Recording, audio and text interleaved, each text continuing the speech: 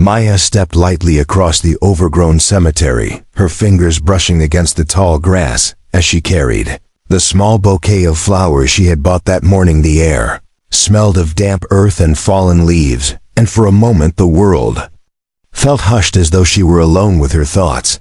But when she reached the grave, the cracked headstone seemed to watch her heart beat faster as she laid the flowers carefully on the damp soil and whispered words she did not even know. She carried, and just as she straightened, she felt a cold breeze sweep through the cemetery, making her shiver, and the feeling that she was not entirely alone pressed against her back. She knelt to straighten a crooked cross beside the grave, her hands trembling slightly from both the chill and an unexplainable tension that filled the air. She traced the letters carved into the stone, the name, unfamiliar yet somehow familiar in the way a dream lingers long after waking. The sound of rustling leaves made her glance toward the tree line, but no one emerged, only shadows that seemed to stretch and bend unnaturally across the cemetery floor. And for a heartbeat, she felt eyes on her, even though the place appeared deserted, and she wondered if the flowers she placed might awaken something hidden within the grave itself. Maya returned every week without fail, leaving fresh flowers each time, and speaking softly to the woman she had never known. She found herself sharing the smallest details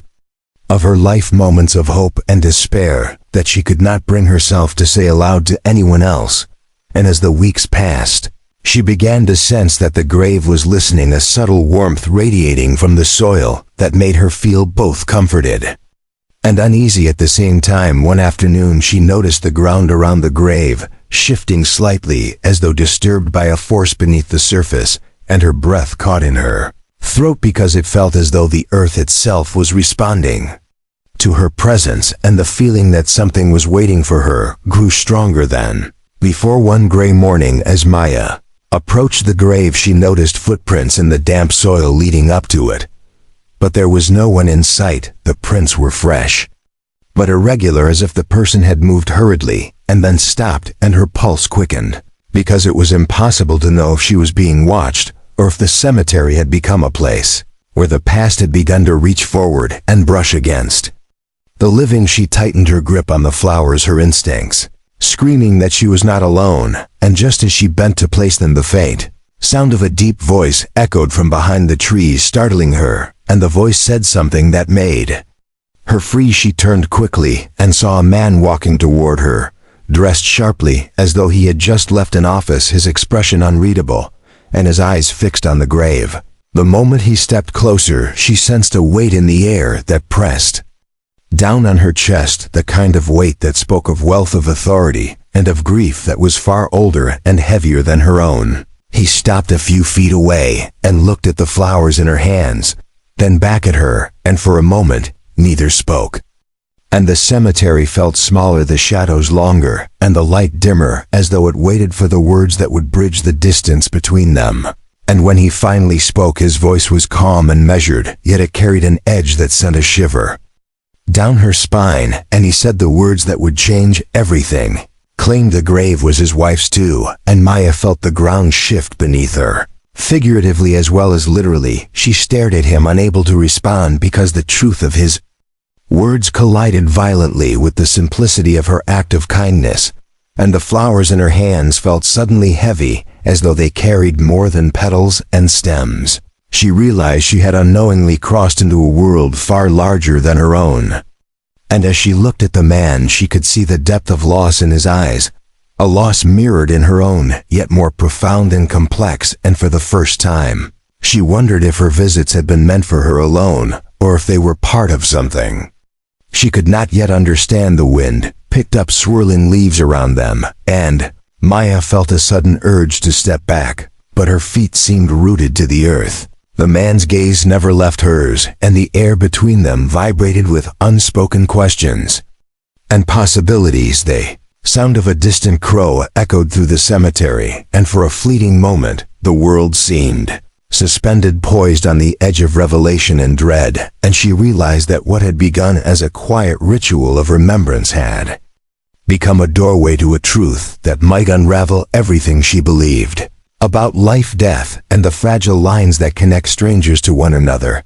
And just as she inhaled to speak, she felt a subtle movement from behind the grave, as though someone or something was waiting for her next. Maya stepped back, her heart pounding as the man remained still, his eyes fixed on her with a weight that made the air between them feel thick and unbreathable. She wanted to speak, to explain her presence, but her tongue felt heavy and useless, and the cemetery seemed to shrink around them, the shadows from the trees stretching unnaturally across the ground, and a distant crow caught again, its sound sharp and penetrating, as if warning her of what was to come. And she felt that every step she might take could awaken something hidden deeper than grief itself. The man finally moved closer, his footsteps silent against the soft earth, yet echoing in her mind as if they carried meaning beyond mere sound. He stopped beside the grave and rested a hand lightly on the headstone, his fingers trembling slightly, betraying the calmness in his voice. And he spoke of his wife, her life, her laughter, and the sudden emptiness left behind when she was gone. Each word seemed to layer itself over the flowers in Maya's hands, making them feel heavier with significance. And as she listened, she realized that the act she thought was small and private had touched a world she did not understand, and the faint rustling from behind the grave made her flinch. Maya turned instinctively toward the sound and saw the earth near, the headstone shifting subtly, the soil rising and falling as if something beneath was alive. She froze, unsure if it was an animal or something far stranger. The man glanced at the movement and his eyes narrowed, but he said nothing, the air between them vibrating with anticipation, as if the cemetery itself held its breath. And she felt a shiver run down her spine, because the sensation of being watched had returned stronger than ever, and the whisper of the wind through the trees carried a voice that seemed almost human, speaking words she could not decipher. Suddenly a small metal box emerged from the disturbed soil. The man reached for it, hesitated, and then handed it to Maya, his hands brushing hers, sending an unexpected jolt through her body. The box was cold and heavy, its surface etched with symbols she did not recognize, and as she opened it, a faint light glowed from within, illuminating a folded letter and a small photograph that seemed impossibly old, yet intimately familiar. And when she lifted the photograph, her breath caught. The image showed her husband standing beside a woman she now realized could only be the grave's occupant, and the letter began to reveal a secret that tied her past to the man standing silently beside her. The man watched her reaction carefully and then spoke softly, recounting a story she could barely believe. Story of friendship, betrayal, and unspoken promises that had connected her husband and his wife years ago in ways neither of them had known until the very end, and each revelation made her world tilt further. The flowers in her hands drooped as if carrying the weight of history and grief that belonged to more than one life, and as she tried to ask questions, the ground shifted again slightly beneath the grave, and she felt that whatever had been disturbed was waiting for her to take the next step toward truth. Maya took a cautious step closer, the letter trembling in her hands, and the man beside her nodded slightly as if giving permission to proceed. She knelt near the grave again, the pulsing energy from the earth beneath her seeming to draw her closer to the box and the photographs, and every instinct screamed at her to be careful, and yet to stop now would mean abandoning the truth she had been led to uncover. And the wind rose sharply, carrying the scent of rain and something metallic with it, and she realized that whatever waited in silence beneath the soil would reveal itself fully the moment she chose to act. She opened the letter slowly, the paper brittle between her fingers, and the words painted a portrait of lives, intertwined secrets kept to protect loved ones and sacrifices.